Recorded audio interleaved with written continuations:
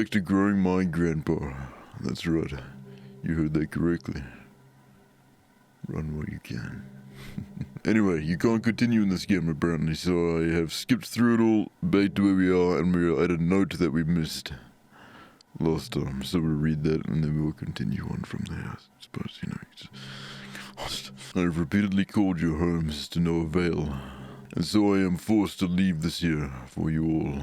I found William sitting in the corner of the enclosure area, seeming severely concussed. Whiskers was gone, in none of his usual hiding places. Who's Whiskers? And who's... I immediately suspected the worst. The project thus must be suspended for now. I am leaving up the usual mirrored coverings we used to keep the anthropoidic vault sealed. I have done my best to lock up everything on such short notice. It is a hasty fix, but it would require some time to find a more permanent remedy. I am honestly hoping you do not find this note, as I intend to lock the house down too. I intend to race off to you to retrieve your lockbox keys. Do not worry about William's key. It and the rest of his equipment is almost certainly deep within Whiskers now. I pray you do not enter this room, no matter how it may appear. William cannot be helped, and has only been kept alive as a means of continuing predation on the rest of us. I will say once again, no matter what state you may encounter William in, he cannot be helped. I have sympathy for the young man, I truly do, but I found on his person several photos of his late sister, which would imply certain risks he knew he was taking. Our extant research materials have now become possible liabilities, either criminal or professional in nature, so I have stashed them away. I believe I'll let you all know how I might do this. If we were ever to experience an event such as this, I hope you all remember what I told you. So long then, Dr. H. So long, Dr. H. I've read all this. Thank you for coming. Enter. Beyond the door, in the room, the cage was hidden, concealed in another cloak of inward-facing mirrors. A hidden cage lined with mirrors. It is strange, almost poetic, the elaborate fantasy of self-reflection, concealment, captivity. What kind of kinky shit did I walk into? Grandpa! Papa! These people crazy, Papa. I'm gonna pretend there's not something over there and I'm gonna grab all this stuff. At the cage, she finally cast her spell, but it was confusing, she confided at first. She took the magic doll, the magic glue, and the photo of her grandpa, and she combined them, and she wished very hard. I can only assume in this fantasy that next her wish would come true. In what child's story would it not? Hopefully this one. This ain't no child's story, this is some horror. Particular human representation. Generic human figure. Grandpa. Doll. Glued together. That looks great. A tangible symbol of intention and desire. She put Grandpa in the cage. No, Grandpa. Nobody puts Grandpa in the cage. Assuming that that was part of the ritual. She was not clear on how it worked. Maybe you should do your damn research. What precise instructions she could glean from her grandfather's magic book was complicated by her reading comprehension. Me too. I know you were playing too well. She wished with all her heart, and then she told me she waited a while for something, anything, to happen. And after that time, she began to cry. I cried really hard, she said. I wanted Grandpa to be back.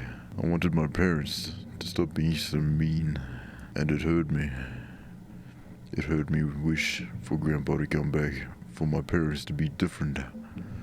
I could feel it through the walls, and it felt me through the air. I asked her what exactly she meant. She could only repeat what she said. By this time, lunch was almost over.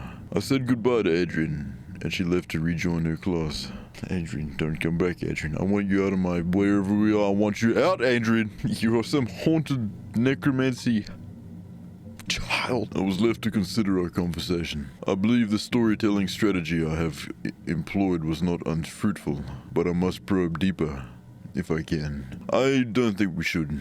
I think we should leave the grandpa fungus alone, and go our own ways. Although I can be sure of nothing, I interpret the impressions I get may begin to help me get an idea of the right questions to ask. Can knowledge you acquired this week has given you access to certain topics or keywords you can discuss with Grandpa. You have gained conversation topic wish. Consider discussing this when Grandpa emerges. Once the fungi starts to pop out, we'll know it's time to have a chat. You have also gained the following keyword. Shell. Good. Hi, Grandpa. I would like to talk to you about wishes and shells. That's exactly what I'm looking for. I met again with Adrian in order to address her emotional outbursts. In the past few weeks, it is our second time meeting, and while it is standard practice to have multiple sessions with a troubled student, as I assemble a report for the counseling department, I could not help but think, as we sat down in my office, that Adrian already seemed to show a remarkable change in self-esteem and confidence, and perhaps my Mrs. Richardson's estimation of her was emotionally disturbed was erroneous. I cannot pronounce English, it was only my first language. The paralyzing shyness and withdrawn attitude Adrian possessed last week was not entirely diminished, but she seemed to hold herself differently this week.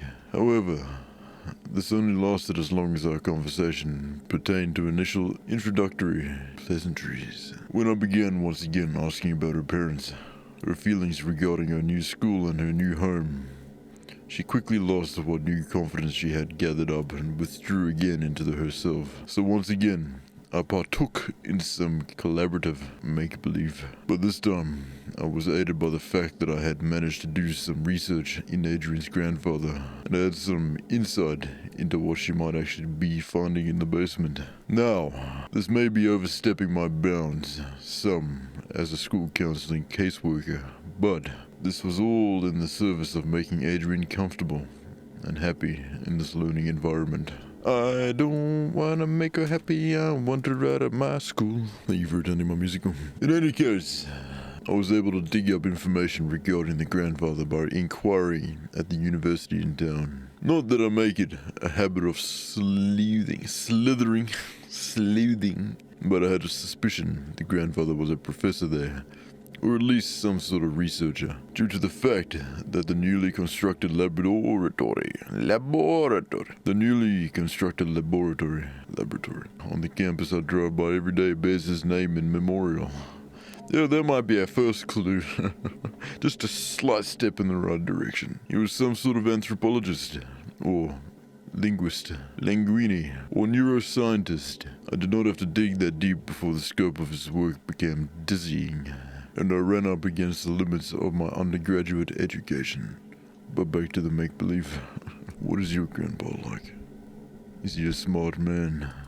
Not anymore. But I'm teaching him. So he's grown a good deal then. Have you been feeding him well? Yeah, he's getting bigger. But he has a lot of room in his cage. He's still behind the bars. Yeah, well, he might be able to climb out eventually. There's this vent in the ceiling. Well, perhaps if he climbs out, I could meet him someday. I wouldn't recommend it. Please, leave the fungus be. Yeah, maybe. But he's not ready to leave. He can't take care of himself.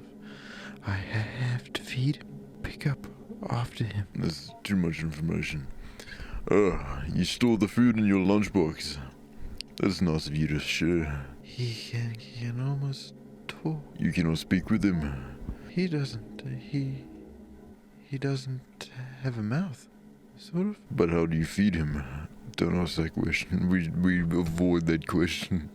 He has a mouth on the outside. That counts as a mouth. I'm sorry to break it to you. On his shell. Oh, right, I take it back. Oh, the stuff that his skin. I'm a little confused. Maybe you can go through a typical day with your grandpa. I'm gonna tap my finger till you answer my question. Okay. I asked her to explain how exactly she goes about growing her grandpa, and Adrian began another tale. I don't want your tales, Adrian. According to Adrian, in the week that had passed, much had changed in the basement. Goody gumdrops. Oh, good, Grandpapa. How do you do, brother? The hairy thing that was here before is gone. Okay. You should go see Grandpa first. I bet I should. Hi, Grandpa. Wakey, wakey. Hello, Snaky. It was scary at first, she said. The way he moved, the way the doll's skin covered him. I wanted to interject. This somehow seemed inappropriate. But I kept listening. There's your first mistake. When I look at him, she continued. When I think about him, he grows and moves. It's like he is growing for me. So he's growing bigger now, I asked. Yes, she said. Bigger every day.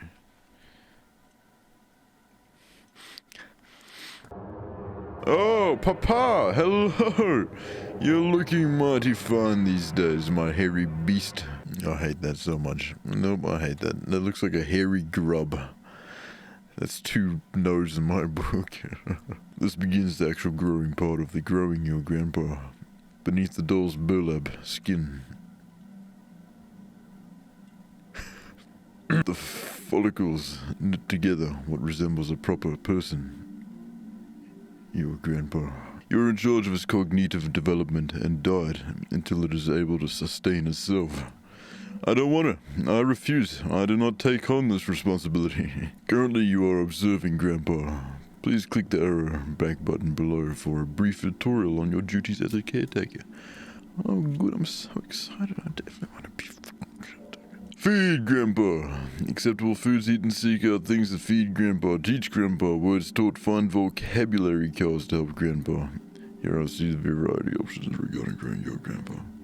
Highlighted in red are objectives related to the feeding and teaching Grandpa. Important messages regarding Grandpa's recent activity will also appear here. You will need to find it food and learning material before you can move on to the next week. Some foods will make Grandpa happy, others merely content. Some food will make Grandpa disgusted to the point of nausea. No one wants to know what a fungus vomits. Learning material is also scattered throughout the basement. Seek out vocabulary cards intended to help teach the English and basic anthropoidic concept formation. The options highlighted in red are related to navigating around Grandpa's enclosure. The Go to Grandpa option will let you perform all actions directly related to Grandpa: feeding, teaching, observing, etc. Accessing the study corner will let you go over in documents you pick up as weeks go by. This is a good idea to learn about the work of the people who last occupied this space. Accessing the kitchen corner will let you search for food in the old refrigerator and prepare food for Grandpa if need be. More buttons may or may not appear depending on your development of Grandpa, so watch out for them. One final note: take care to explore the basement at your leisure. However, due to the entropic nature of clutter and trash, different weeks may allow you to find things you had not previously discovered. Good luck! Thank you, I'm gonna need it. Let's go find some food for Grandpa. I know Grandpa likes a good bulbous. Something appears to be growing from the wall. You take a closer look. Oh, good. A pulsating sac, my favorite. The slimy membrane that is its skin seems to contain something. It might be able to be opened with a blade. I really don't want to cut open a pulsating sac. That sounds like a fucking terrible idea. Blunk, blunk, blunk, blunk, blunk, blunk, blunk. Alright, what is this? Corroded battery. This isn't really food. Grandpa might eat it, however. Grandpa loves a good eroded battery. Really gets his energy going. Linguistics module vocabulary code. Hello. Teach Grandpa this word to read the notes of past educators. Cabinet. Examine. Slouching under the weight of rot and refuse. Nice. What a draw. My god. Really keep this place glowing, don't you, lads? Suppose you can grow human fungus down in the basement without people knowing. That means they probably haven't been here for a while. What are you? Blueberries. This looks edible. Grandpa might like this. No, Grandpa likes mechanical food, not... Is this someone's head? That looks like a head. I don't know about you, but that looks like a decapitated man to me. I'm not sure I want to continue digging.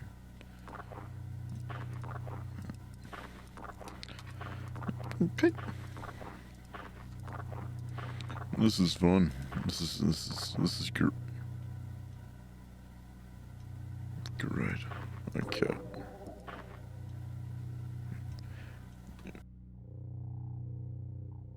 Hope you guys also seen like 6 faces.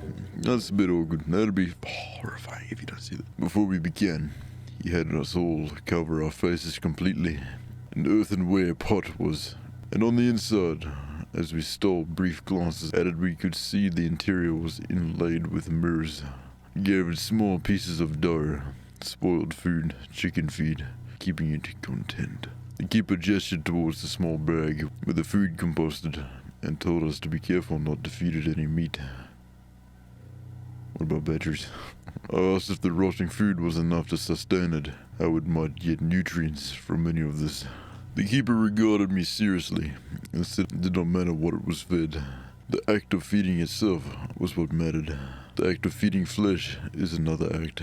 However, he then gave me another series of grave warnings regarding not keeping any animal-derived foods near where I might be keeping it. I'll clean this space, will not be dirty for a while. Bottom drawer, what are you? Safety. There's a safe in here. Guess we're not getting that for a while. Trash pile. Something about that painting looks strange. Search painting. Aha! Like a snake amongst the grass. You can examine this in detail later at the study corner. Great. Search the trash. I like my trash. Just digging away, having the time of my life. What more can a small child ask for? Picking up trash with your bare hands in a dark basement, growing your grandfather in a fungus form in the next room. Dreams. Fiberglass insulation. This isn't really food. Grandpa might eat it, however. Grandpa loves that shit. Trash ball. Search the trash ball. Would Grandpa eat a human-shaped piece of paper? I'm sure he'll love it. Making him imagine the good old days when he used to eat normal people. Grandpa was a mass killer. A simple paper doll. This might be useful in construction of magic symbols. I don't need any more of those. I've got so many damn magic symbols going on. I don't need anything like that. Grandpa, do I have a surprise for you, buddy? Don't I ever attempt to communicate? No response. Teach, Grandpa. Look at this, Grandpa. See this? Say it. Would you like to view the tutorial before you start? Fine. Teach word. Hello. You approach the... Hi, Grandpa.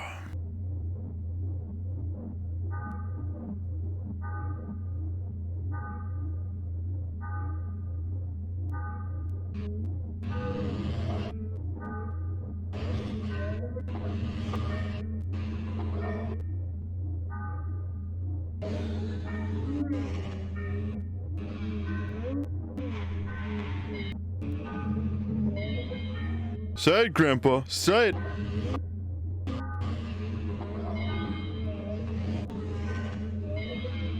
Yes, Grandpappy. Yes, you can do it. Hell. Grandpa knows where he is. Me too, Grandpa. Me too. Deep within Grandpa, strange memories phonate confidently. Perfect, Grandpa. That was perfect. That was spot on English. Having completed the lesson, you take a look at the back of your vocabulary module card and the notes there written by administrators of the past. Hello, part vocabulary and vocalization module A2 conversational basics general pronunciation comments sloppy articulation module comments see below. We are already encountering some difficulty as Whiskers subjectively is so much determined by a diverse and dynamic array of influences and attempts to mimic their thoughts and desires it passively intercepts. And these mutations go on to structure the basis of its identity. Only later in Whiskers' growth cycle does it begin to form an identity or identities that are coherent and capable of resembling a sane, rational human being when engaged in conversation. One must imagine how hard it would be to converse with someone who is not yet orientated in one particular way towards who or how they are, because they might have 20 different honest answers to those questions, all of them mixed and muddled together. Because of this, we have started with the basics of conversation: greetings, partings, identifying one another, forming questions, etc, etc. This is fortunate Whisker's current growth, number 19 I believe, has developed a mostly acute human mouth simulation. Hello was a bit of a challenge in the previous growth, as it had failed to develop adequate organ to act as a human tongue. You step away from the bars and store the module card at the document table. Alright, Grandpa, let's, go to Grandpa. Grandpa, would you like some food? Would you like to view the tutorial? There's more tutorials. Alright, Grandpa, you approach the small window. Hello, Grandpa. That's a nice mouth. That looks great on you. Let's start you with the battery, because I know you love that shit. Click on Grandpa by nostrils. Grandpa's enticed by the smell. Click on... Where are your nostrils and where's your mouth? Where do you begin and where do you end? Have a sniff, Grandpa. Have a sniff. Grandpa grimaces at this terror. Wait, so where are your nostrils exactly? Grandpa, you gotta help me out, bro. I don't know where your nostrils are. Click to put it back. Alright, you know what? You're getting blueberries, Grandpa. I've had it with your shit. Left of his mouth. Ah, there it is. See that little, right there? There it is. Look at him. There you go, Grandpa. Have a smash. The meal appears to have been sufficient. Good stuff. How about some fiberglass, Grandpa?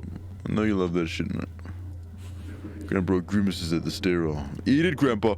Alright, it's going back. God, you're so needy, Grandpa. You step away from the window set in the bars. Grandpa grunts in appreciation and locomotes towards his favorite corner. Feeding summary: 1 times digestible food, 0 times other. Well, he didn't want to eat the other. Grandpa's a difficult man. Any hoodle? I'm gonna have to leave that episode there. My camera battery has died and I'm out of time at the same time. So thank you so much for watching. If you enjoyed, don't forget to like, subscribe if you haven't already. Otherwise, Grandpa's coming for you. You see that mouth? You see those nostrils? You're in trouble. Thank you so much for watching, and I'll see you in the next video. My battery's dead again. Pretend I put my hand in the camera. Alright, just pretend. I'll see you next video. Bye.